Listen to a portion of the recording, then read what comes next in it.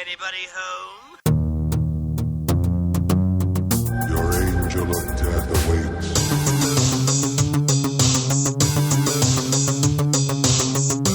I didn't see this coming. I didn't count on being happy.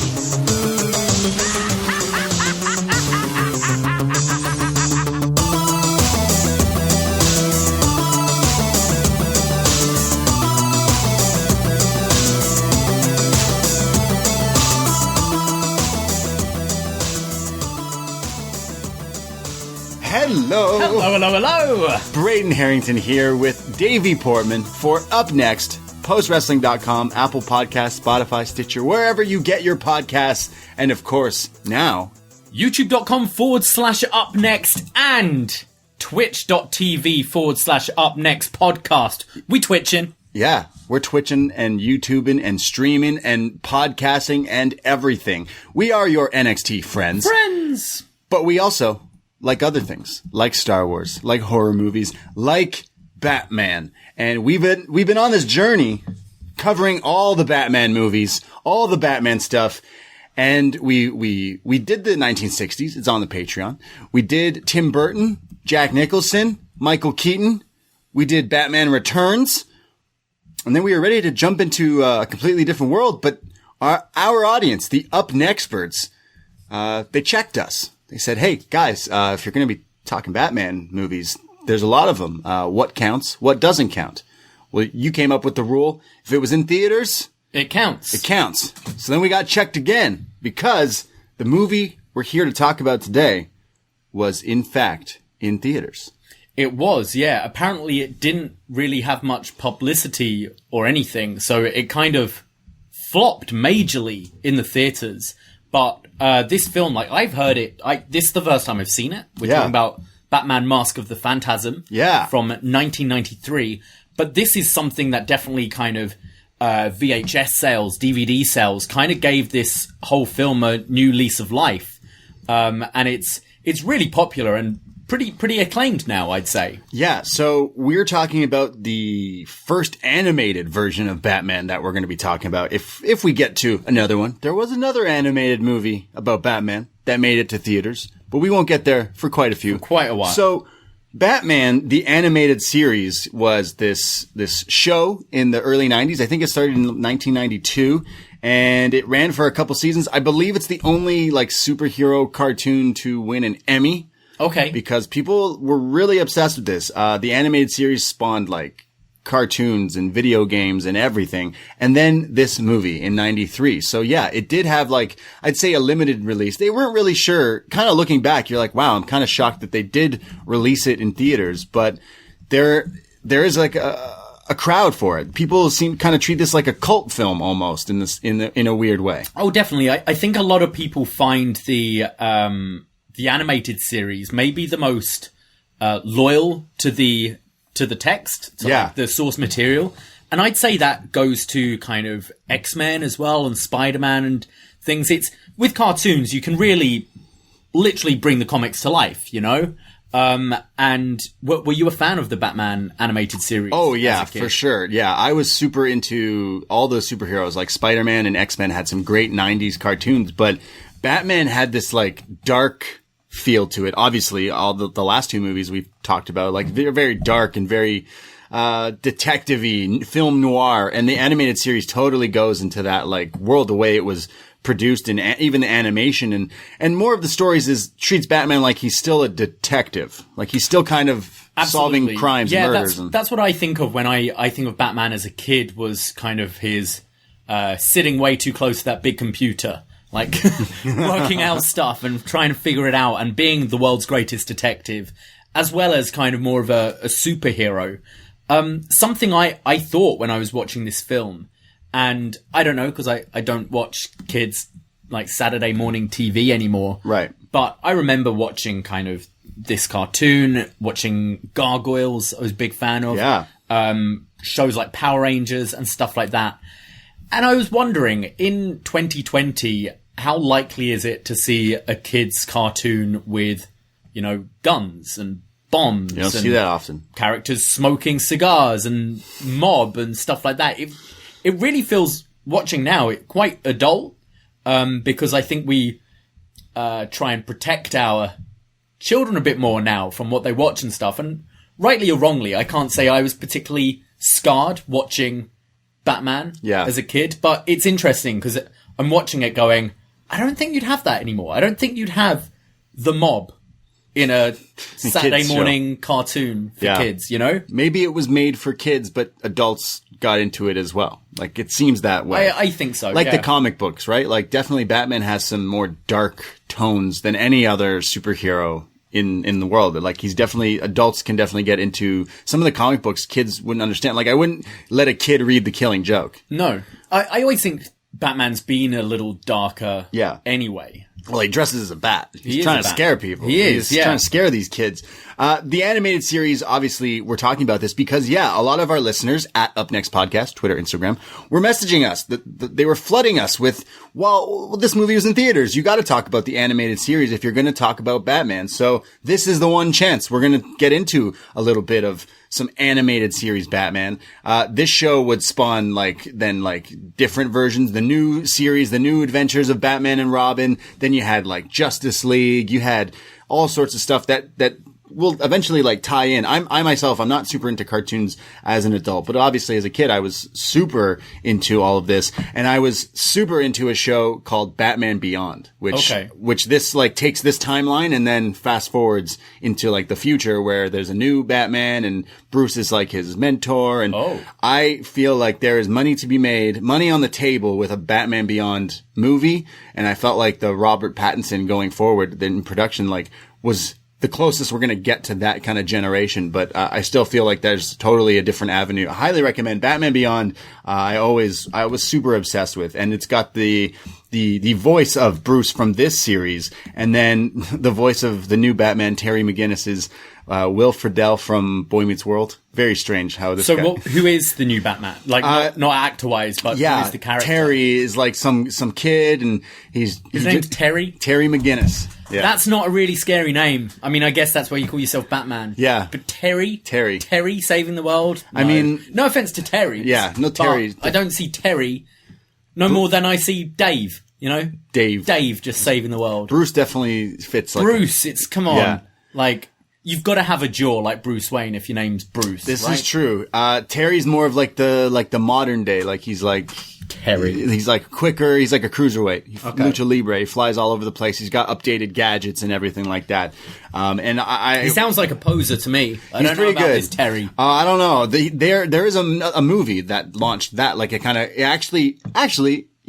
It uses clips from this movie to help launch that, and it's basically Batman creates this new Batman, and then the Joker there's a reincarnation of him somehow, microchips and futuristic technology and all this shit. It's actually super lit, but I don't think it was in theaters, so I don't think it counts. Getting to it. But highly recommend the Batman Beyond series as well. But the Batman animated series, I have toys. I don't know if we randomly decided to stream this on Twitch and YouTube right now as we're recording the podcast. So join the Facebook, Facebook, YouTube, Twitch, because you never know when we'll start going live and recording shows video wise. I found a Batman animated series toy. It's literally from this series. He's green. He's got a teal thing. I think it came with, this is literally from when I was a kid. Came with a bat thing that makes him fly. Of course, he's got all the... I had some bat toys. Yeah. I can't even remember what I had. We definitely, here's for the camera. We definitely had a lot of bat toys as kids. I definitely, but this show is super iconic, and I know it did win the Emmy, and I know a lot of people hold this as the top cartoon in the era. Whether you were a kid watching or whether you were an adult, it had some crazy moments that really kind of, I guess, kick off or maybe you could say end with this movie. But it definitely, the series doesn't end with this movie. It's just kind of a standalone. You don't even need to watch the show to kind of get what's going on. For sure. Oh, yeah. I only dipped in and out. Batman, the animated series, wasn't one of my favorite things to watch. I can't remember what channel it was on as a kid, but I remember watching other things that seemed the same sort of era, like Gargoyles. I remember being massively into. Mm-hmm. But I did dip in and out of Batman when it was on. But one of the things I love with this film, and we'll get into it very soon, is, as you said, you can watch this as a standalone, and it doesn't matter if you've seen the animated series or not. But this also acts as kind of the first origin Yeah. of Batman. Batman that we've Begins. seen on the big screen, because Tim Burton just dives right into it, and this is Batman, and this is who he is. Your parents are dead, and you're Batman. Yeah, whereas this, you see a bit of those flashbacks and him kind of figuring out what he's going to do to be How did he become Batman. How does he become this vigilante? Yeah, he's definitely, the vigilante part definitely sticks out more here. Like, you see things in this movie that maybe movies to come take from, which is kind of interesting. Like, the people, maybe Christopher Nolan, probably watched this movie and was like, why don't I do some of that in the live action kind of thing? Well, you were telling me about some of the music. Oh, yeah. So we're about, what is this, 93. So we're a good, 10 years, I'd say, before we get Batman Begins. Right. Off the top of my head. Sure. Where Christopher Nolan loves collaborating with a certain composer. Right. Who I love. Yeah, so David, I knew David you would mark out because we were already excited to talk about Batman. We chose to do this review series of every Batman movie. And obviously everyone wants us to get to the Dark Knight trilogy with Christopher Nolan and that, but we're talking about the animated series, and the music in the animated series, I think it's Danny Elfman. They took from Danny Elfman the movies with Tim Burton, and then they turned it into their own thing, and then they use some of that score in the soundtrack for the show and this movie, The Mask of Phantasm. But then digging, because I remember I was watching, I was like 5 minutes into this movie, and I'm like, man, I remember this show, the music, the score, the soundtrack being super awesome. So quickly did a little digging, and it turns out that yes, your favorite, Hans Zimmer, worked on this score right here. He played synth. He played the synthesizer. Okay. Yeah. So around this time, so this is 93. So around this time, he must be about to start work on The Lion King. Yeah? As well. Wow. So he's watching this animated film, playing synth for it, and thinking some tunes for the Lion King. Some tunes for the King of the Lions. Yeah, I mean, he did a pretty good job, obviously with The Lion King, but you love to just randomly put on Hans Zimmer. It's great. It's the greatest concert ever. The greatest you've never seen him? Not live, but Yeah. I've seen his YouTube. Yeah, I his know. Netflix series, which got taken down. What? Why did it get taken down? I don't know. Had to find it on YouTube.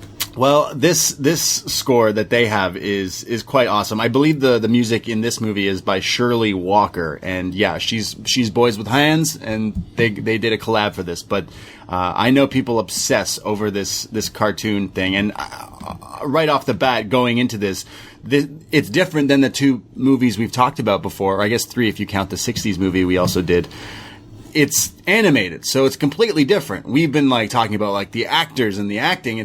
Now it's more so the voice acting. But what I find so interesting is I'd say the Tim Burton films are much more of a cartoon than this. Isn't that crazy? This feels the most kind of down to earth, grounded in some sort of reality of the Batman films so far. If we take the 60s one and the two Tim Burton ones, sure, Tim Burton gave it this kind of gothic-y feel that you didn't get in the Adam West ones, but it still felt like cartoon characters to me. Yeah. And that's not a criticism, that's the stylistic choice.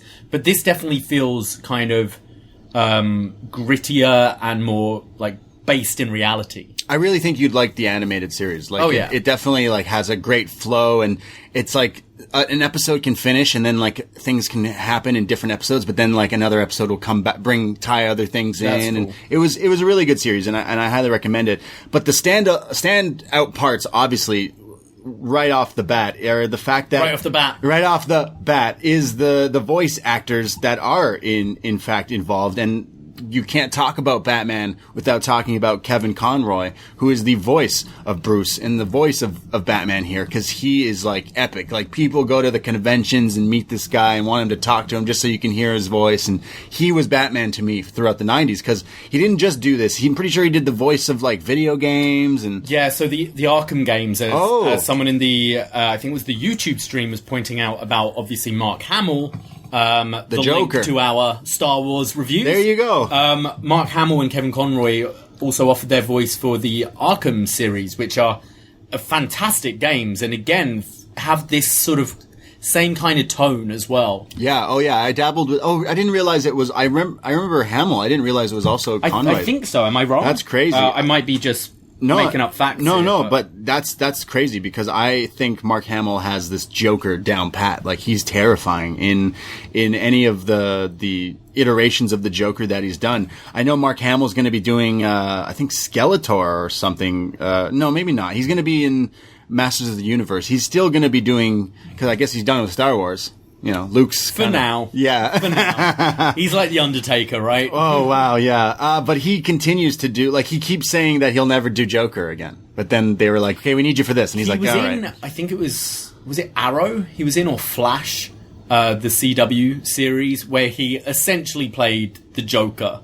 I think he was called, like, the Trickster or something like that. Cocknobbler. Where he was essentially the Joker, did the same Joker voice, was this psycho who likes, you know, playing tricks and jokes. Yeah, in Jay and Silent Bob Strike Back, he's the not cock gobbler. That would, what the? Yeah, it's the cock knocker. The cock knocker. Yeah, right, and he's basically Luke and Joker like put together. It's very, very strange, but very funny. So the whole series has like all the villains show up. You got, like I said, I had all the toys. You got like Poison Ivy, Mr. Freeze. You got Catwoman, Penguin, all the iterations of all these. They even Clayface. Like, they go deep into the Egghead? Yeah, I bet you he's in the show. I bet you. Egghead's my favorite. Calendar Man. There's all sorts, but when you think of Batman, obviously you think of the Joker, and then they go to make this animated movie, and the name of it is Batman, the Mask of the Phantasm. That's a character that has never been in a Batman series at all, and they created this specifically for this movie. Doing some digging, it looks like it's a play on another character called like the Reaper of some sorts that they kind of mishmash and stuff. But obviously this character kind of hit bigger than the other one. And in fact, I'm pretty sure they've officially released this movie on Blu-ray, and you can get like the score updated and all that stuff. But I do think there was a recent crossover where they mention the fact that the Phantasm is still in the universe. Right, so, I mean, this is why I like going live, because we've got the YouTube and Twitch room right now who are just throwing facts at us. So, Shayna, Superfan, is telling us that the Mask of Phantasm is being reintroduced into the comics. Okay. Has a whole comic story coming up soon. Nice.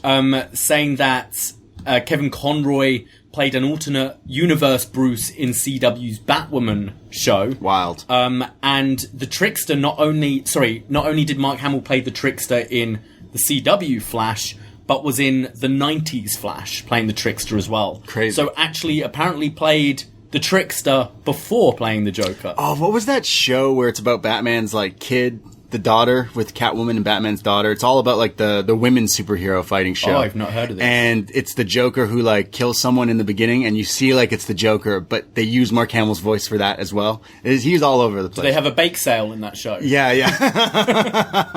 JR would love it.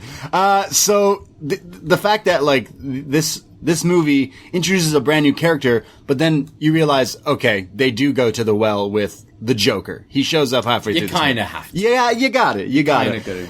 But before we kind of jump in, I also love the fact that the poster for this movie is like the animated Batman with his wings spread out in like the clouds of like this smoke, and then the mask, the mask that the Phantasm wears. That, I know we're an NXT show, and we have talked about NXT, and I swear that Santos Escobar was in fact using like an alternate version of the Mask of Phantasm in one of his gear. So his name was El Phantasma. Yeah, exactly. Which obviously goes to like the luchador heritage wrestling stuff, but he was totally using this mask, and I think the poster of this movie is pretty epic. And if you know, the Mask of the Phantasm itself is a character that is going to be reintroduced in like modern Batman stuff, I think it's a pretty good idea. Just the look alone is pretty scary as a villain. So I'm down for more Batman chat down the line if comic books and cartoons and stuff, it all ties together in this weird DC. It all comes back around. Yeah, this DC world especially, they love to tie it together.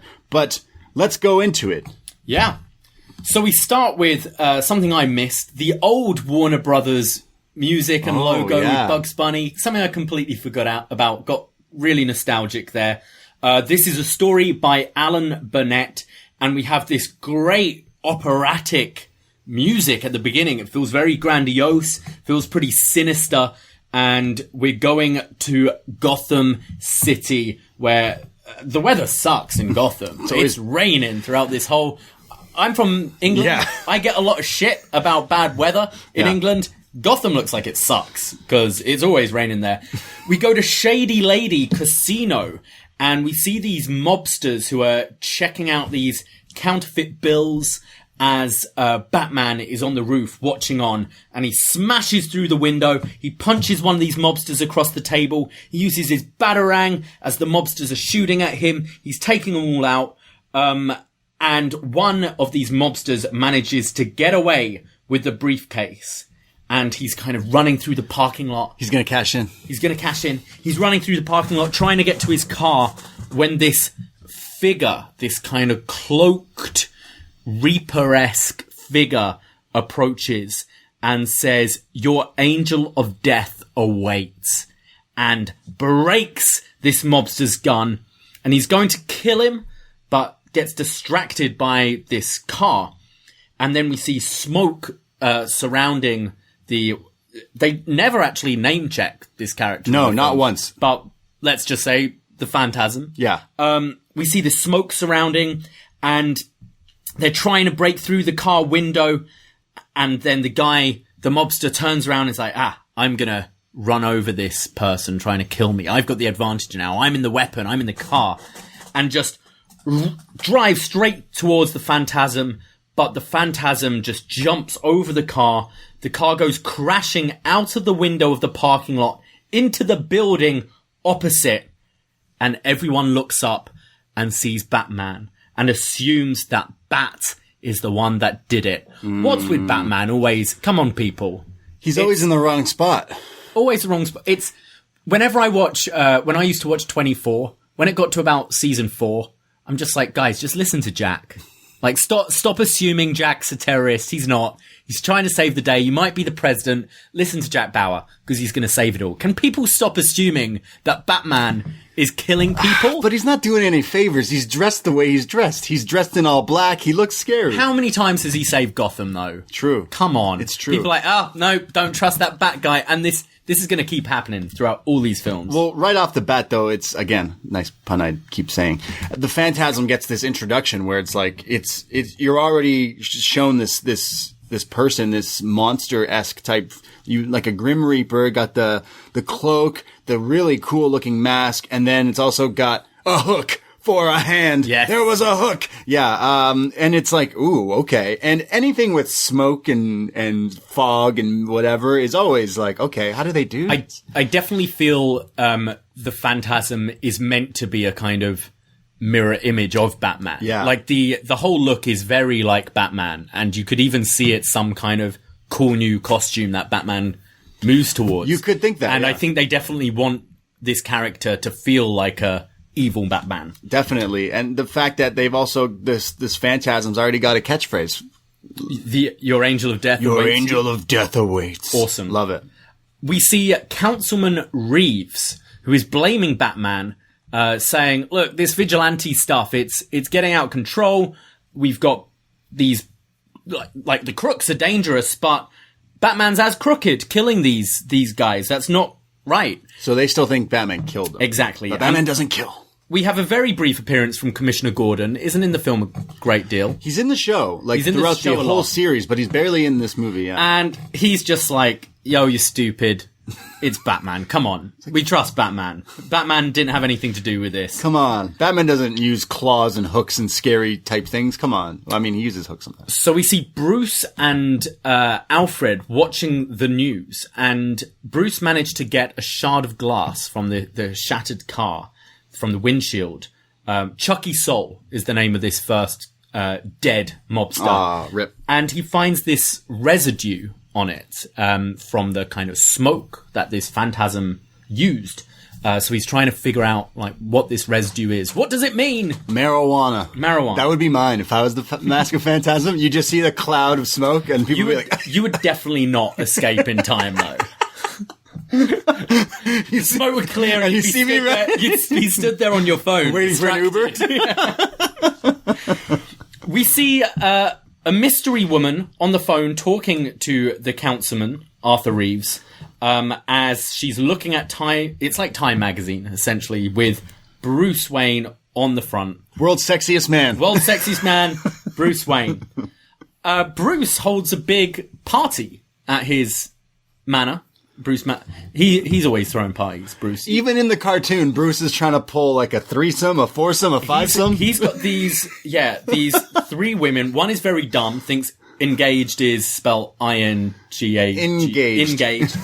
And this redhead comes up to him, pretty rude. This is at Bruce's house, and is like, "Hey, dick, you didn't call me," and throws wine at him. Like, not at my house. Come on. I didn't call you. I invited you to my party. You didn't call me? Yeah, come on. Why are you throwing drinks at Bruce Wayne? Did you call him?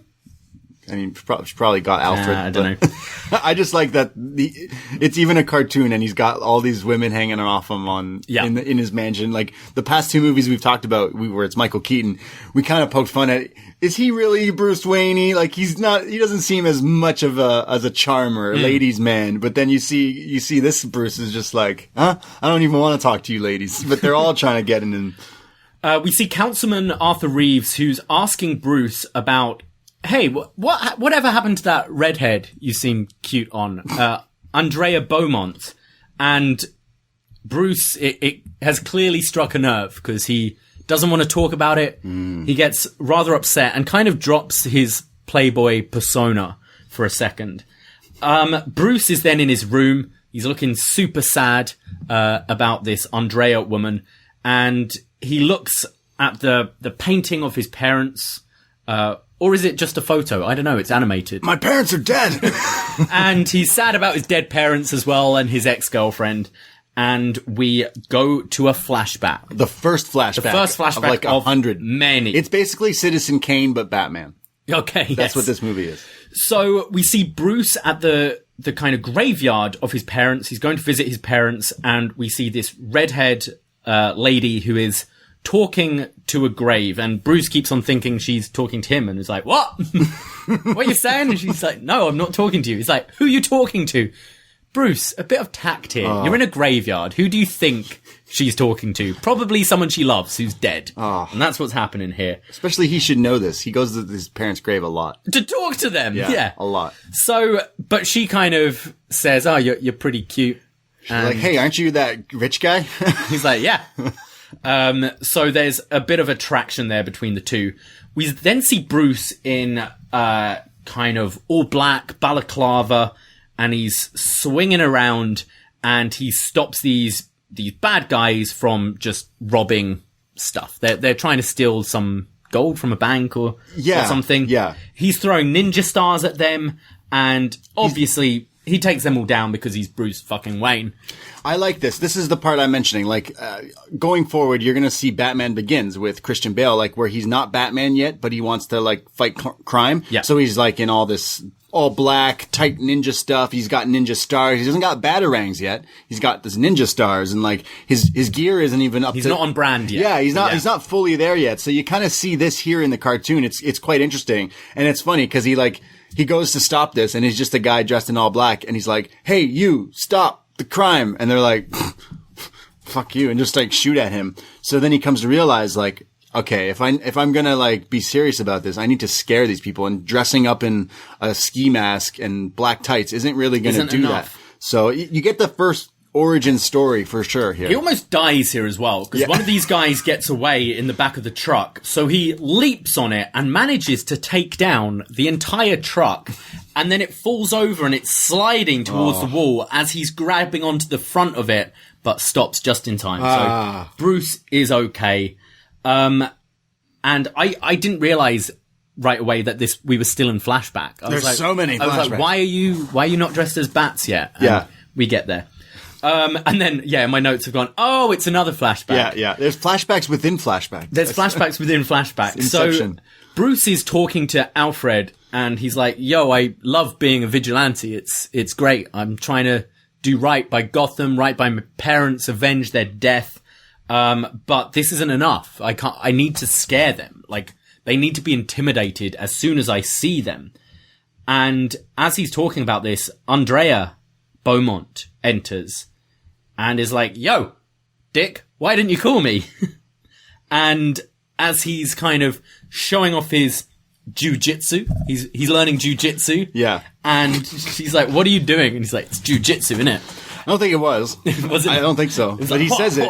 He does say that's it. And I'm like, I don't know if that matches what you're saying, but okay. So Andrea's like, "Oh, jujitsu, is it?" And just takes him down. She does a jujitsu. She takes him down. Yeah, she definitely does jujitsu here. So Bruce takes her down with a cheeky leg sweep. And she goes, "Nice footwork. Can you dance too?" And they make out. And Alfred comes out and is like, "Oh, all right. I'll see myself out. I'll come back later." Alfred's like, okay, all right. And then Bruce's jujitsu pulling ladies again. Can you dance though? That's, he dancing while laying down on the grass here. Yeah. I love in the last movie, it was Alfred, like in the real life movie, live action, Alfred walks in, he's like, "Oh, he's gonna have sex with this woman now. I better leave the room." And it's like, isn't it weird? We obviously don't have butlers in our life, but like, wouldn't it be weird if you were super rich and like you had people in your house at all points of time and then you're trying to pull and trying to, like, what's the code there? What is there, like, Alfred, ixnay, go to your room and put headphones on quickly. And then he's like, "Oh, fuck." Or you think Alfred's like, "Oh, I'm going to make Bruce's lunch today." And then he's like making the lunch and then you just hear The Weeknd playing from upstairs. And then he's like, "Oh, better, I mean, his place is so big, he can probably just go, "Alfred, I think the West Block needs some attention right now." And then you take her in the East. Like, and hope it doesn't go south. Oh. Yeah. Poor Alfred. Shout out Alfred, though. I do like the Alfred. The voice is Ephraim Zimbalist Jr. He's the Alfred in the show as well. And I think he's got a great... I don't actually think he's British, but he's got like a little accent. He's got a good he's accent. Got an alright accent? Okay. He fooled you. We see, we're back in present day and we see some mobsters going to the grave of Chucky Soul. And we see Buzz Bronski, who's this bigger kind of, I describe as like a fat cat mobster, you know? Yeah, he's shit. And he's like, Chucky, you always were a loser. As he's looking at the grave. And then the Phantasm comes in the grave. Angel of death awaits. Your angel of death awaits. They describe him later on as the ghost of future present. Yeah. From A Christmas Carol. And here, walking through the graveyard, very much got those vibes. This animation is so proper with this figure that's so scary with the smoke, and now it's in an actual graveyard again, and you're like, whoa, the visuals are really cool, the animation. So, this angel of death chases down the fat mobster, says, "Time to atone for your sins," throws some sort of, the Buzz throws this spear kind of thing at the Phantasm, and it just goes right through it. And then he tries to hide in a freshly dug grave. Bad idea, because a statue is pushed on top of him, and Buzz Bronski is dead. Done. Your angel of death did await you. We see who we assume is like the head mobster, Salvatore Valestra, and he's reading the newspaper and sees that Batman has killed Buzz Bronski. Batman's still taking the rap for all these murders. Batman's taking names. He's taking names. And he starts to have some kind of asthma attack. He's reliant on this kind of face mask, like gas mask thing. We see Arthur Reeves again, the...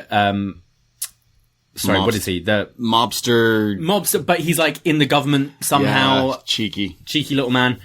He's telling Commissioner Gordon that, you need to do something about Batman. You need to send everyone after him. This isn't on. Because he doesn't want more of his boys getting killed. Sure. Yeah. And Gordon says, Batman doesn't kill. It's not part of his MO. He does not do that. Get over it. So Reeves tries to lure Batman by shining the Bat symbol. But as this is happening, Bat's at the graveyard and sees the same residue. And Andrea Beaumont is at the graveyard, still talking to her dead mum. Batman sees her and runs away.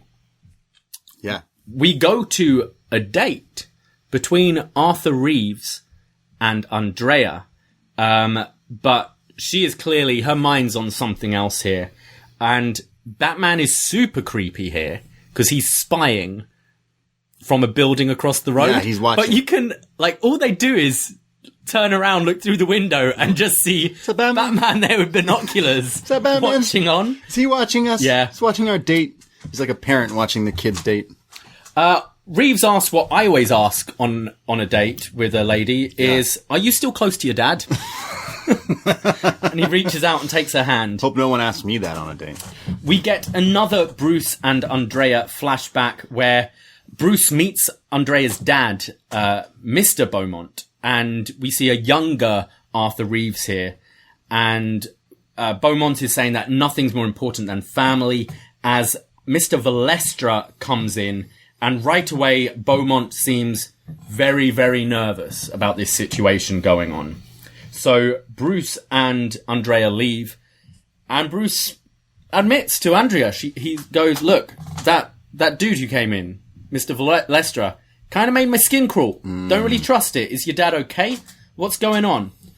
And she's saying, oh, he's not really a people person. And as this is going on, we see these yobs try and mug this guy. This guy has like a box of just money that he's collected or whatever. And they're trying to steal from him. So Bruce, in his like regular attire, goes after them, tries to help. We get a guy coming at him with a chain on a motorbike, another guy on a motorbike with a bat who just does the drive-by. They love chains and bats and gangs. Oh yeah, they do. Shows and movies. Bruce runs up one of the bikes and punches the chain man right in the face, which was pretty cool. It's like a Superman punch. Yeah. Oh. But the other guy manages to take him down with a baseball bat, and they ride off with the box of money. And Bruce is clearly embarrassed because he thought he was going to show off his bat skills. His jujitsu. His jujitsu. And again, it failed. So then we see Bruce, who's like, that clearly didn't work. And he's drawing costumes. He's like, I want a nice fancy costume to scare people with. And he's got a bit of a dilemma because he's really falling for this Andrea girl. But he knows that if he's regularly putting his life on the line, he can't have a woman who loves him waiting for him at home. He kind of needs to pick one way or the other. He can't have it both ways. It's like podcasting. Yeah, sure. So Bruce goes to his parents' grave looking for guidance, and is just, he's so torn. He's saying, please, I need it to be different now. I know I made a promise, but I didn't think I'd be happy. He's experiencing happiness for the first time. He legit thought he'll never be happy. Yeah, and that's why he's like, fuck it, I'll fight crime. I've never associated more with fighting Batman. His feelings. I'll never be happy, but he's starting to feel like it's possible. He can do this. He can be happy because he's found someone. You know that feeling you get. Those bats. Like a room without a roof. Yeah. He's happy. The bats in his stomach are going wild. So we see Valestra and Reeves are in the car talking about how Batman is fucking up their plans because they believe it's Batman who's killing these mobsters. And Valestra starts coughing away as he's got this condition. And Reeves, you see Reeves almost kind of taking the power here. He's starting to get a bit big for his boots because he's like, you're kind of gross coughing away, and leaves the car, asks to be pulled over. Batman is now being all detective on his Batputer. What do you call it? The Bat computer. The Batbook Pro. And as I said earlier, way too close to this screen. It's a huge screen. He's like, what is like right up to it. But he's doing his investigating, and he sees that Soul and Buzz work together, and that their other associate is Valestra. So believes that Valestra will be the next target. He's trying to be one step ahead of the killer. Exactly. And whilst he's doing this research, Andrea's father kind of comes up in the conversation as well. And we get another flashback. Flashback! You get a flashback. And it's Bruce proposing to Andrea. It wasn't the most inspired proposal in the world. He didn't even try his jujitsu. But he just gives her the ring. He's like, I don't know what to say, but here's a ring. Figure it out. I spent $5 million on this ring, so you're gonna fucking like it. You think I'm going on my knee? That's another thing. She's like, oh, I don't know. And then sees how big this diamond is. Like, it's pretty fucking big. Yeah. I mean, before proposing, he takes her on this date to like this World Fair thing that like comes into play later. And you see, he's not Batman yet in this flashback. He sees like it's basically like how Disney has the world of tomorrow, future world, what the world. Yeah, it's kind of that, but Gotham. And he sees this car, and it's red, and he goes, "Huh, it's a nice car." That turns into the Batmobile. Right. He probably just goes and buys it. And then bats even fly out. Yeah, so it's like, oh yeah, bats. So as he's proposing, the bats fly out of because he's on his property, like near the water, if you know, like his main Wayne mansion. Even in the real movies, he's got like holes and tunnels and all this stuff and caves that while he's proposing, the bats fly out and like scare them. And that's when he's like, huh, bats are scary. Yeah. Clicks in his head that he should be Batman. I'm a man. And bats are scary. Batman. Weddings are scary. Marriage is scary. Bats are scary. So he comes up with it right then and there. Bruce, very soon after proposing, gets the ring back with a note saying, left with my dad. Sorry, I'm too young. I need time. Forget about me. Get about it. Imagine that was the breakup you got. Like, imagine that's what you get. Hey, it wasn't far off. It's forget about me. Damn, that's cold, girl. So Bruce is heartbroken. So what do? You pick yourself up, you try again, you change your wardrobe, and he thought, I look hot as fuck as a bat. Yeah, so thus is born Batman. It wasn't even, he was on the fence of it. He's like, but I love this girl. What should I do? Should I be a vigilante? I can't do both. And then she's like, fuck off, I'm leaving. He's like, all right, I'm becoming a Batman. Yeah. We see Valestra trying to enter this kind of, it's at that park, right? It's at that fairground. The fairs, yeah. The fair. And there are these kind of golden robots that start blowing up, and out comes the Joker. Oh. And we realize that this is kind of the Joker's lair, if you will. Fast forward, like this world of tomorrow in the future is like abandoned and run down a theme park that the Joker has been hiding out in and shows himself. So he's got like all of these like robot toys and everything. He's got a robot wife, Hazel. Yeah, he does, yes. And you see that the Joker is actually intimidating Valestra, this mob boss. And he's telling this guy, like, you hate Batman, I hate Batman. It's the same old Joker that every other, let's work a deal. We can do this. And is it when this mobster gets a little upset? Obviously, the Joker's always joking around, and this mobster dude is getting pissed off. So he like puts his hands on the Joker, and the Joker, with a favorite line that everyone in 2020 should be using, "Don't touch me. I don't know where you've been." Yes. So we see Batman, who sees Reeves with Andrea again. So Andrea is back. She's in town. Back in Gotham. And is this the quickest anyone's ever worked out that Batman's Bruce Wayne? This is pretty easy way of finding out someone's Batman. She sees Batman, but he's at the grave of his parents. Yeah. So then she's like, it's him. Super quick. I can't believe no one else. I mean, realistically, I can't believe anyone never thought that where does this guy get the cars, the gadgets, and all this shit? Got all this money? Yeah, who's got all this money and is a loner and all this stuff? But yeah, she figures it out. So Bruce is asking her about her father and about Reeves. He's very suspicious about both. And he asks if she is still following her dad's orders. Well, like, is she back on her own accord? Like, why is she back? And she says, look, you're also controlled by your parents. You let the grief of the death of your parents control you as well. Unfortunately, I'm the same. And then as this is happening, the wispy smoke ghost Phantasm comes in to approach Valestra. But we realize Valestra is already dead, and his mouth has been stretched into this crazy smile. It's a smile. With a tape recorder attached to his chest, with the Joker's voice saying, I beat you to it, and I think, and then basically figured out, you're not Batman. I know you're not Batman either. It's like a live cam, and then the body's got this camera attached to it, and when the Joker via camera sees that it's this Phantasm and not Batman, Joker says, well, I guess the joke's on me, because you're not Batman. And then basically starts laughing, and that's when the Phantasm clocks out. Better get the hell out of here. So gets the hell out. We have Batman in the Batwing, who's chasing down the mask of the Phantasm. And we have this epic face-off between Batman and the Phantasm as police copters are coming in to arrest Batman. They tell him to freeze, but he jumps off the building and starts swinging around with his grapple hook.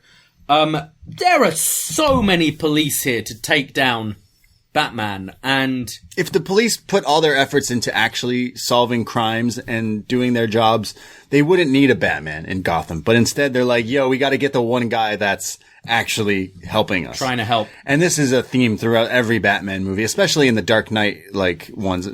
They all, I think it's the Dark Knight Rises where he's basically the villain, where they're like, we hate this guy. We need to get all units on him. And poor Batman is always being chased off here. So Batman is finally cornered by a copter, so he grapple hooks it. They're all just shooting at him. They're even shooting at him, but as their colleague is in a helicopter. They don't give a shit. Very trigger happy. Bruce's mask actually comes off. He's like Kane at Crown Jewel. And he starts running. He scarpers on foot. And Andrea catches up to him. Pulls up in a car. Is like, hey, get in. Get in, loser. So drives him home to safety. Bruce thanks her, but now he's like, okay, I need to know the truth. You're holding back on me. I need to know the truth. You know what we need now? About your father. A flashback. We need a flashback. So she shows a picture and says, hey, remember when Daddy had a meeting with his quote-unquote partners? And we have this flashback of them all kind of roughing up her dad as Andrea runs in, and Beaumont is saying that he basically owes these guys money. And he's like, please, give me one more day, 24 hours, just one more day, and I'll have your money. I'll have your money with interest. I promise, just please give me 24 hours. I swear on my mother's grave. So Valestra gives him the 24 hours and says, this time tomorrow, you have the money, or I have your heart in my hand. Yikes. So Mr. Beaumont then tells Andrea that they have to go to the airport right now and get the hell out of there, because there's no way he can actually get this money. So they're fleeing. And that is why Andrea broke up the proposal. Because she had to go to protect her dad. It wasn't her choice. She had to, because they were fleeing to Europe. Exactly. Somewhere. Yeah. If only they could have just asked Bruce for the money. Yeah. So Andrea explains everything to Bruce and says that eventually her dad embezzled money to pay it back, but they wanted more than just the money. They wanted a payment in blood. So she knew he had to stop them. Her father had to stop them, and basically tells Bruce that her father is the Phantasm, who is now seeking out revenge and to take all the people who have the hit on him. So this old dude's dressing up in a cape and mask with claws and smoke and killing these mafia guys. Yes. That's what she says. So Bruce is sad again, being all emo. He's looking at old photos and stuff. He's so in love with this woman, but it's not easy, Bruce. It's not easy. And she cheers him up, though. A little bit. Yeah. He's looking at this picture and he's seeing Sol and Buzz and Valestra, and notices their chauffeur. And he's like, wait a second. Wait a tick. And gets a crayon. Gets a crayon. Draws on it. Draws a mouth on it. Holy shit. I knew it. It's the Joker. This one clear memory I have, I'm sure I've talked about this on the show before, but a clear memory I have from the animated series is Bruce, on his computer, seeing this guy give a speech at, a town hall or something, and he's like, wait a second. Alfred, change the hair. Change the nose. Change the ears. Give him a white face. Make his smile big. I knew it! It's the Joker. It's like, yeah, I think draw a smiley face on anyone, it could be the Joker. But, hey, it's a cartoon. We're telling this story in 70 minutes. It's the Joker. So, Joker and Arthur Reeves meet up, and Reeves kind of confesses to the Joker, says, look, I was working for Beaumont and not you, but Joker is trying to figure out who's killing the mobsters because he knows it's now not Batman. And Reeves says that, Beaumont, he asked Beaumont for money to help with his campaign. And when Beaumont refused, he sold him out. He sold him out to these mobsters. Never go into the mob. No, just don't. So Andrea then calls and says that she was a bit held up with other stuff, but is still down to have their date later. So she's hanging out with Bruce. Yeah. She re-hooks up with Bruce. Like they get it on. It's a cartoon. They cut away. They listened to The Weeknd. Yeah, they were. And then now she's still going to go on her date with her man. Yes. Great. So Joker poisons Reeves. We now see him in hospital laughing frantically like the Joker. His mouth is all stretched. And Batman interrogates him. And this is where Reeves tells him about the trouble with the father and everything. And then Joker sends some crazy plane to take down Batman, but Batman takes it down with a batarang. We are now at the kind of abandoned fairground again for this epic showdown, and the Phantasm shows up, and we realize it's actually Andrea. Oh. It's not her father. No. And it's her the whole time. It's been her the whole time. She smokes the Joker. She's fucking him up. He's setting robots after her. He picks up, it looked like bologna that he smacks around the head with at one point. And Joker jumps out the window for his escape. He's got like his toys, his robot wife. Yeah. The Joker, and Mark Hamill is fantastic, even in voice acting. He's like, hey, Hazel, honey, you feeling the electricity tonight, huh? And then that's when Andrea walks in and reveals herself. And he's like, just when we are getting in the mood, company shows up. And then says, because he tried to kill the Phantom, and an epic Joker line saying, you again, you're harder to kill than a cockroach on steroids. That's good stuff. So, it's this epic fight between them all. Joker's now set up this kind of turbine engine, which is sucking Andrea into it. So wind machine? Holding on to dear life to not die. And then Batman shows up on the Batbike and kind of launches his bike into the engine to destroy it as he saves Andrea. And Batman now realizes everything. Her dad's dead, and she's been doing all of this for revenge in her dad's name. She knew with her dad being dead, she could just, pass the buck on to him. And Bruce asks, but Andy, what will vengeance solve? She goes, if anyone knows the answer, Bruce, it's you. Oh, burn, and baby. She disappears in smoke. So it's now Batman versus Joker. They have this epic showdown. Joker at one point pretends he's a skyscraper. Just puts on this skyscraper hat in disguise. He's great. I love the Joker in this animated version. The way he's drawn is also scary. Another great line that he had that I also glossed over is when she reveals himself that she's the Phantasm. He goes, "Oh, your costume's a bit theatrical." But who am I to talk? And then it turns into Batman being King Kong. Yes. And fighting off helicopters. Just fighting off these, little robot helicopters. He's in a miniature skyscrapers. Yeah, he's in this theme park, but they're in the section that's a miniature world of Gotham. So now Batman's King Kong, Godzilla in this, while Joker's robots and little gadgets are all after him. Joker's got a fucking jetpack at one point. Yeah, so he goes flying off on this jetpack, but Batman runs up a rocket, launches off it, grabs onto the jetpack. They're fighting in mid-air. The whole amusement park is exploding.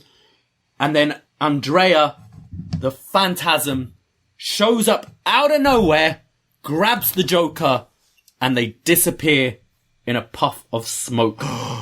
It's like he's all beaten up, like he's like missing a tooth. Yeah. The Joker's like bloodied, and he's like, for once I'm left without a punchline. Like I don't, like he knows he's been had, and it's the Phantasm who's about to like kill him. And as like she's got the Joker, Batman's watching this, and he's like, no, there's another way. I love how Batman like says he doesn't kill people. We've been over this. He definitely kills him. Out of all the people, Batman should kill the Joker, because if he killed the Joker years ago, he wouldn't have to deal with any of the shit he deals with. So many other lives. Like so many things would happen.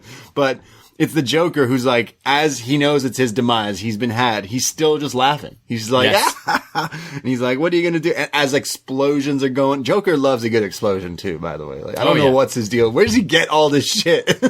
More importantly, how does the Phantasm keep just disappearing in smoke? Where do they go? Like smoke gear. Like doesn't have actual powers. So she's got like, devices. I watched her vanish with the Joker. Yeah. Smoke and mirrors. She's all smoke and mirrors. So the whole place is exploding. So Batman dives into the sewers to escape, and Joker's gone.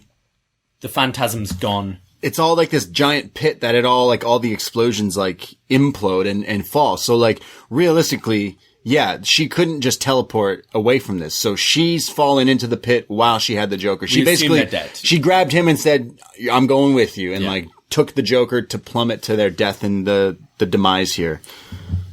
We see Bruce in his cave, and he's sad. Oh, he's sad. He lost his girl once. This relationship went south. It's rocky. Alfred is trying to console him, and Bruce sees something glittering in the distance. Goes over to it, and it's a locket that Andrea had, and he opens it up, and it's a picture of him and her. He's really sad. Poor Bruce. What a downer to end the film. He's also like, he's like contemplating, and then Alfred like consoles him, and it's like, vengeance blackens the soul, Bruce. Like, don't go wild. Don't go there, Bruce. Don't go to that dark place. You've already done that a bunch. Like, you're gonna be okay. You're gonna be okay. The final scene, we see this kind of cruise ship, liner, boat thing, and this woman is stood there with red hair, and we realize it's Andrea, who is still alive. A guy comes up to her on the boat. He's like, hey cutie. Oh, sorry. Do you want to be alone? And she replies, I am. And that's Batman Mask of the Phantasm. The epic score to the final here. Yeah, good stuff. Totally like an episode of the cartoon show that's just like a two-parter that's expanded. Yeah, expanded there. Epic fight at the end. I just, as I said at the beginning, I love how kind of it feels sort of based in reality. The dialogue even doesn't seem kiddie. It seems more adult. I thoroughly enjoyed this. I'd actually love to go back. I believe the series is on HBO Max, is it? Is it? It must be. I think so. I'd love to find in Canada what service it's on, because I know you've got all the Spider-Man and X-Men and stuff on Disney Plus. I'd love to watch more of the Batman animated series, because I really, really enjoyed this. Yeah, I mean, and this goes... It takes the animated series and makes it more of a movie, but the show itself is exactly like this. Like, the whole series has the same voice actors. It's got Mark Hamill. It's got Conroy. It's got everything going on. The big ending thing is that the Joker finally got it. Like, the Joker finally dies, or did he? Right? Like, there's the whole famous thing there. And, there's so many different avenues that they go in with, like, the survival of the Joker. Did he die? Did he come back? And like, you got to watch the show to kind of see what happens. But he does take a hiatus where they bring in other like villains. And like I said, the whole villains are explored throughout the whole series. But he never gets a break, this Batman guy, does he? Yeah, he fights a lot of people, and but he eventually gets his crew. He gets like Robin and Nightwing and all the whole crew there come and help him eventually. But it is. I think it's the Batman Begins movie where you go into flashbacks, of course, and it shows you like some pretty violent and dark avenues that the Joker like goes on to like kill Robin and like actually what movie? Not Batman Begins. It's Batman Beyond. Right. Return of the Joker, I think it's called. And it's like a direct to DVD or VHS movie that like shows what happens with the Joker, and he becomes he's just an asshole. This Joker, he gets he's not a nice guy. Yeah, he gets really violent, like does murder people, and like does fuck with Brucey, and knows that it's Bruce and stuff. But the fact that they leave you hanging, like what's gonna happen? Is the Joker gonna croak? We'll never know. But I love the fact that it's a cartoon, but it's dark. It's got story about mob bosses. It could be The Sopranos for all that. What are you gonna do? It could have all that with like, and then when you go into the Dark Knight series, the best parts of it that they don't treat it like it's like fake. Like we gave some critique on the Batman Returns movie. It's just, okay, so how does Catwoman become Catwoman? Well, she dies and then cats lick her and then she's alive again. Yeah. It's like, okay, well, that's not really realistic. Whereas this is all about mob bosses and stuff. Of course, explosions and the ghost, the phantasm disappearing and reappearing is not realistic, but there could be a way around that in a real life movie. Like, I think there is. Yeah. I mean, you see with, in the Nolan films, which we'll obviously get to with Scarecrow, how he's just a guy with a bag on his head, but because of the kind of chemicals he puts out, it makes him look like Scarecrow because people hallucinate and stuff. Yeah. I'd have maybe liked something like that to explain how she kept disappearing or having spears thrown through her to no effect. And I'd have liked something like that.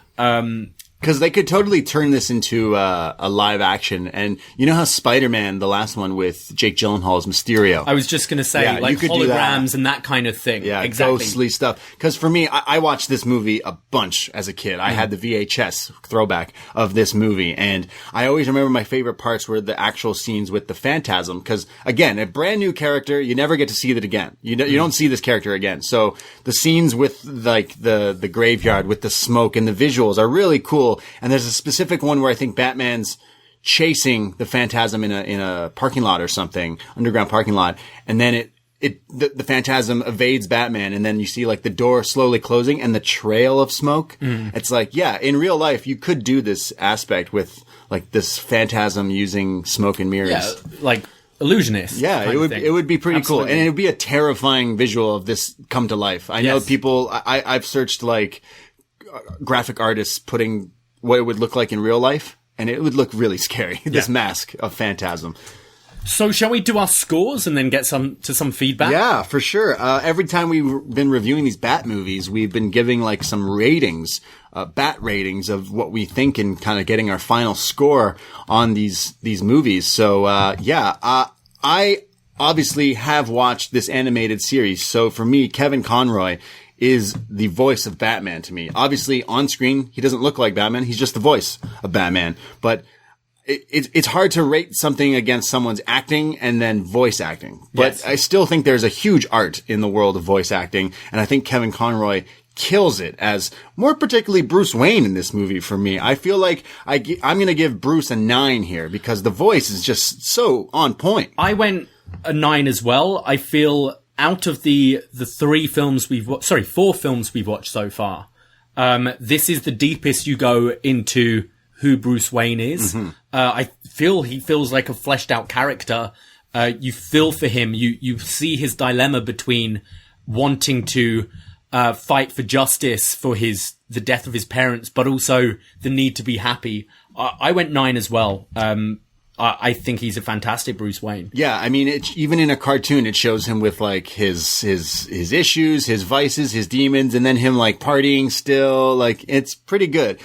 My rating for Batman is just a point lower at an 8, where I still feel like he's really good, and there's a lot of like the fun action stuff, and I'm counting even him in the suit, like the not bat suit, when he's still trying to be a vigilante. Right. He's not quite Bruce, not quite Batman. He's in the middle there. I still count that as attempting to be Batman. And like you said before, this is the first time you get to see that. So this is an 8 for me for the Batman. I went to 9 as well. I think this is classic how I picture Batman to look. He's got the jaw. I mean, obviously, it's a cartoon, so what we know is you need to have a jaw. You do need to have a jaw. Legit, you do. I guess I'll knock the point off for not disguising his voice enough. Right. I do think you need your bat voice. But I think he's stealthy. Watching him run up that rocket was impressive. I went 9. Yeah, definitely. We go to the main villain, which I guess is the Phantasm. Yeah.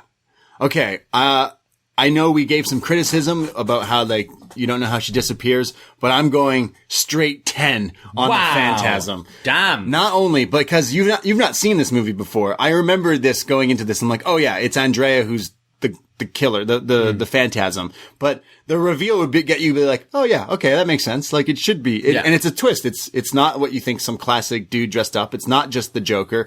I love the Joker as well, but yeah, the main villain here is the name of the movie, which they never mention the Phantasm as the Phantasm. But the look alone of this thing, I remember the action figures, again, like the smoke visuals. I think it's just that gets me this. You see this cape with a claw and the mask. I'm sold on this villain right away. This villain doesn't even need to talk. But when they do talk, it's like your angel of death awaits. Knocks it all out for me. And then the reveal that it's Andrea, it's a woman who's this person. Yeah, 10 points for me. Yeah. I went a lot lower than you. Okay. I went a 6. Whoa. I think the costume's cool. As your main villain, like, yeah, you're what? You're killing the people that, like, tried to kill your dad? Yeah. I don't really blame you there. Yeah, I mean, you're not really a villain. You're not really a villain. You're taking out bad guys. You are killing people. You are killing people, sure, which is wrong. Don't kill people. But yeah, just the motive. I get her motive as a character, but as a villain and to be an antagonist to Batman, I don't feel the Phantasm is a real antagonist to Batman. Think the costume's cool. I already mentioned would like to like have it explained a bit more than it being I want to see it in a real movie. I do too. Yeah. But I did like the character, but as your main villain, I'd knock off a few points. Well, what about our secondary villain? Which we're saying is the Joker. Yeah, of course, is the Joker. And Mark Hamill knocks it out the park throughout the whole series, through this movie, and all the times he voices the Joker. He's just a fantastic voice actor. I think he's a better voice actor than he is actor, in my opinion. I gave the Joker a 9 here. Love him. I went an 8. I think Mark Hamill's portrayal as the Joker is fantastic. I think the animation's great for this Joker. But you're the Joker. Why are you playing second fiddle? You should be the main villain. In the series, he has some way better Joker episodes. Absolutely. That are and like that's fire. Yeah. I'm talking about this film. For sure. So still, you're the Joker. You're Mark Hamill being the Joker. You're great. But I'd go for an 8 for this one.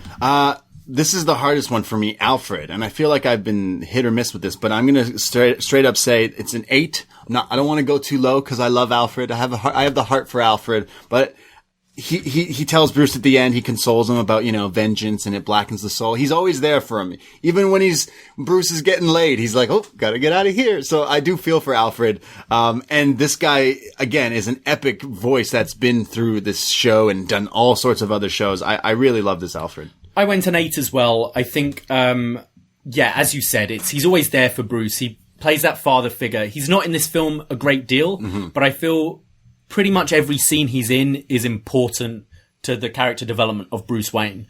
And this is like the one from the Tim Burton films, and the series. It's just how I picture Alfred to be. Yeah. So I went for an 8.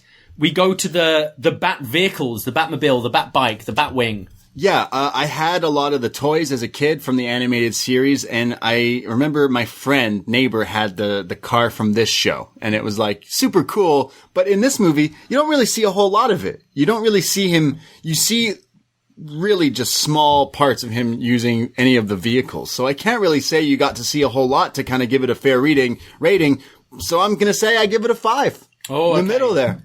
I maybe went too high with this because I went an 8. Although you don't see them a great deal, I like having the variety of seeing the bike, the wing, the car in this one, which we haven't really got in the other films up to this point. And they all look cool. They're not in the film so much, but I think when we do see them, they're pretty cool. So I went for an 8. We go to the Batsuit / gadgets. The gadgets in this movie are not here. There's no gadgets. Batarang. That's it. Ninja Stars. Batarang. So that knocks off a lot of points because we do like to see some cool gadgets that he uses. In this movie, he uses a marker or crayon to figure out the Joker is one of the guys. But I do love the actual suit that they use in the animated series. So I'm giving it a 6. That's what saved this for me. It took off points for no gadget use, but the suit is hot. I went for a 5, and that's mainly based on the suit. Yeah. It's a classic suit, looks great. The gadgets, we've got the grapple hook and the batarang, leave a lot to be desired, especially when we've got this Phantasm smoking up shit. Right. If it was the Phantasm's gadgets, that's when I gave the Phantasm a high rating. I love their gear. So I went 5 for that. And you're just take everything aside, plot holes, characters, whatever, just your personal overall enjoyment of the film. Yeah. Realistically, if this, again, was a live-action movie, it would be really lit. The story with the mob and the Phantasm, the vigilante killer, and then the Joker shows up. It's stacked. But it is still a cartoon that was still geared towards kids. So there's a ceiling still. But I really enjoy this movie. I have not watched this in so long. It's gotta be like 20 years easy or something like that. I give it an overall of a 7. Not too high and definitely not low. I went for a 7 as well. I think, being only 70 minutes, there's only so much in depth you can get. The flashbacks drag it down a bit for me. I know it's building the story, but I think you could maybe do that in a different way than constantly flashing back and forth. I think if you had a live movie adaptation of this, which you add on another 20 minutes or whatever, I think this could be excellent. But I really enjoyed it, but it's not going to... It's like a 4-star match to me.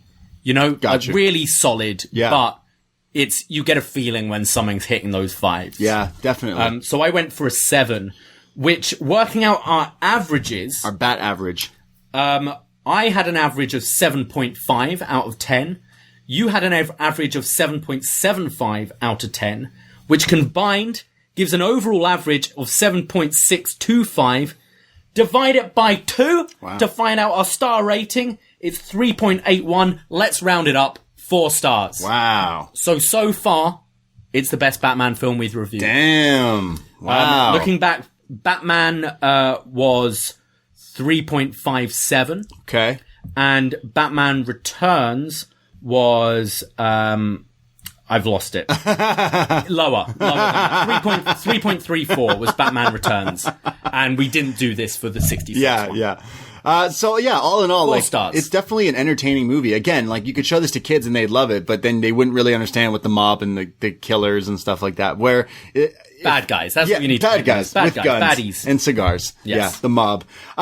Should we quickly go through some feedback? I think so, Yeah, we posted up on forum.postwrestling.com and our Patreon, and because you guys asked for this movie, and I figured you'd write some feedback in, so let's go here to Professor. Just Professor. I love this movie. It was way beyond any of the live-action movies of the time. You get some background on Batman, while everyone knows the parents shot in the alley dressed like Bat origin. This was the first real look into him being the Batman. The movie also has love interest that is actually interesting, and a Joker that is actually creepy, funny, scary, and not a waste of time like Jack. Hate his Joker so much. The voice cast has become iconic for so many people. Kevin Conroy is my Batman, Mark Hamill is my Joker, and Ephraim Zimbalist Jr. is my and the best Alfred. These are the voices I hear when I read a Batman comic. What I feel helps Batman, apart from any other cartoon of the era, he means the series, and beyond, is the art style. By going with backgrounds painted on black paper, the series has such a unique look that still looks amazing, and by going with a retro noir feel, everything is eternally timeless. It never feels dated because in a way, it's always been. Going back to, say, the 90s Spider-Man has not aged well. I agree. Bruce Timm and Paul Dini et al. Were able to take Batman and treat it seriously. Yeah, there is an inherent silliness in a guy dressed up as a bat, but they never treated it like a kid show. I enjoyed it as a kid, but I think I appreciate it more as an adult. 10 out of 10, Professor. 10 out of 10. Wow. We go to Paul from New Jersey, who says he posted his feedback in the wrong place like an idiot. This talks about NXT, so we'll skip over that, Paul. Yeah, you are an idiot, Paul. You are an idiot. We go to Anthony.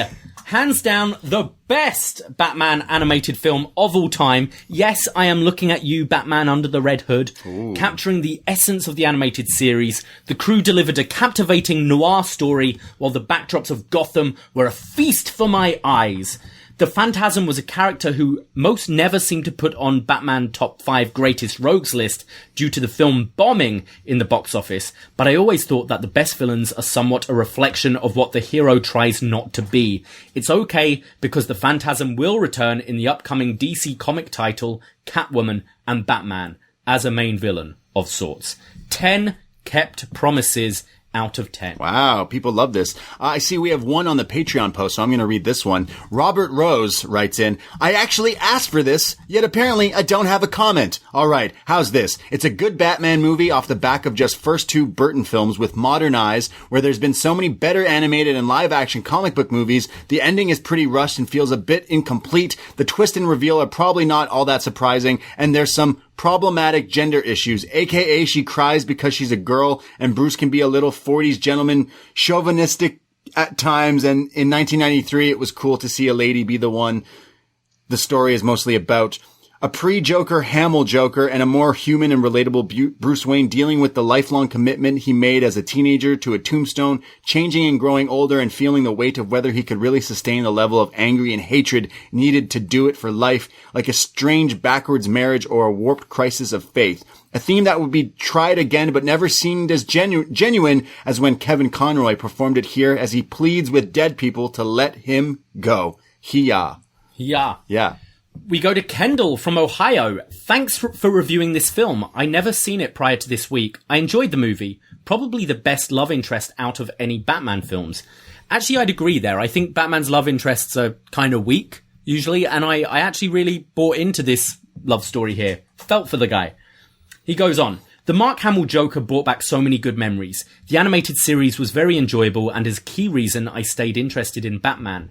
Since this will be the only Batman animated movie that you guys will cover, do any of you have any recommendations for other animated Batman films? Yeah. I enjoyed 2016's The Killing Joke. Okay. I'm sure The Room will help you with that. I haven't watched a great deal of them, so... Yeah, I mean, I mentioned the Batman Beyond one, Return of the Joker. It definitely ties back to the old school Batman animated series. They did make a Batman Sub-Zero, where it's like, it's all about Mr. Freeze. That one's pretty lit. There's a Catwoman one. The Killing Joke is my favorite graphic novel ever, and I felt like the animated movie kind of didn't go in the right direction. But I've heard that said a bunch. Yeah, like I still really liked it, but they shoehorned some things in and just did some things that I didn't really agree with, but I still enjoyed it, and I would definitely check out The Killing Joke. But just the Batman series as a whole, there were so many Batman spin-off cartoon movies. There's ones with Batman versus Superman. There's the Justice League era as well with the similar animation. There's so many. Go on like the Batman Wikipedia stuff and go. There's so many out there. But yeah, this one still kind of holds in my heart watching it back. And finally, last bit of feedback here from John Sino Evil. He says he recommends Batman Year One, Under the Red Hood, Batman Beyond Return of the Joker, and Gotham by Gaslight, and Dark Knight Returns, which is a 2-parter. Oh yeah, that one's pretty good too. John Sino says, shout out to the Batman movie, Batman vs. Teenage Mutant Ninja Turtles, and the Return of the Caped Crusaders, and Batman vs. Two-Face, which is a 60s Batman spinoff. Yeah, really cool. But his feedback, Mask of the Phantasm. It's an animated take on the 60s. Yeah, it's really cool. Yeah. And William Shatner's Two-Face. Mask of the Phantasm is one of the best feature film adaptations of Batman I've ever seen, and if anyone is interested, there's a standalone sequel that went straight to video entitled Batman Mr. Freeze Sub-Zero. Oh, okay. As far as Batman the Animated Series goes, it was iconic to me and totally was years ahead of the Fox animated block of Spider-Man, X-Men, etc. It was a cartoon that somehow felt like it was meant for adults, but I could still understand as a child. I had one of the best Joker, created the phenomenon that is Harley Quinn, and introduced to me the unfamiliar villains of the Rogues Gallery that I fell in love with, such as Scarecrow, Killer Croc, Clayface, Mad Hatter, Clock King, and Man-Bat. Oh, Man-Bat's good. No Egghead, though? No Egghead, sorry. There probably is in an episode. I think John also just briefly mentioned that, I don't think Harley Quinn was a thing until this show. That they create? Okay. I think she came into this because of this show. Interesting. And she's great when she's with the Joker in the show with all the nicknames she calls him. Puddin'. My favorite episode of the animated series would have to be Heart of Ice, the touching and emotional telling of Mr. Freeze's story that won the episode an Emmy for writing. Sad that Arnold made a mockery of the character just 5 years later, but that's a story for another day. Cheers. Awesome. Yeah. Well, wow. That is the Bat. That's that with the Bat. Yeah. We'll be back next month with... Oh. Riddle me this, Batman riddle me that. Forever. Who's afraid of the big bad bat? Yes, we're moving into the Joe Schumacher era. Can't of wait. Batman. Wow. It's gonna get super campy. I can't wait. It's gonna get more campier than this movie that we just talked about. This is cartoon. This is the most human Batman we have. It's gonna get crazy. Yeah. Thank you for joining us in this journey of Batman. Yes, the next time we'll be talking about Batman Forever. Forever. Thank you for listening at upNXT Podcast on Twitter and Instagram. And of course, we randomly decided to stream this live on our YouTube and Twitch. Maybe we'll give more of a heads up for the Forever one, but down the line. Follow us on there, twitch.tv/upNXT Podcast and youtube.com/upNXT for all the live videos and post shows. We do go live after NXT every Wednesday night. Am I missing anything else? No, I think that's everything. All right. Join us. We've overrun slightly, so if you're happening to join us for our game later, we're going to start a little later at 7:15. Okay. Where we'll be joined with with Way, with John Ceno, and with Andrew Thompson for a Survivor Series draft. If you're listening to the podcast version, you can just listen to it. Just click, listen. Yeah. Click on the patreon.com/upNXT. All the shows we do up on there, including the 60s review of Batman, is up there. But of course, all the other Batman reviews are on this free feed there. I myself, Braden Herrington, you can find me on Twitter and I'm on Instagram at @TheBrady. And you can find me at Davie Portman. We will be back, same bat time, same bat channel, wherever you find your podcast. Thank you for listening. Take care. Goodbye. Wear your bat mask. Wear your phantom mask. Your angel of death awaits. Ahoy!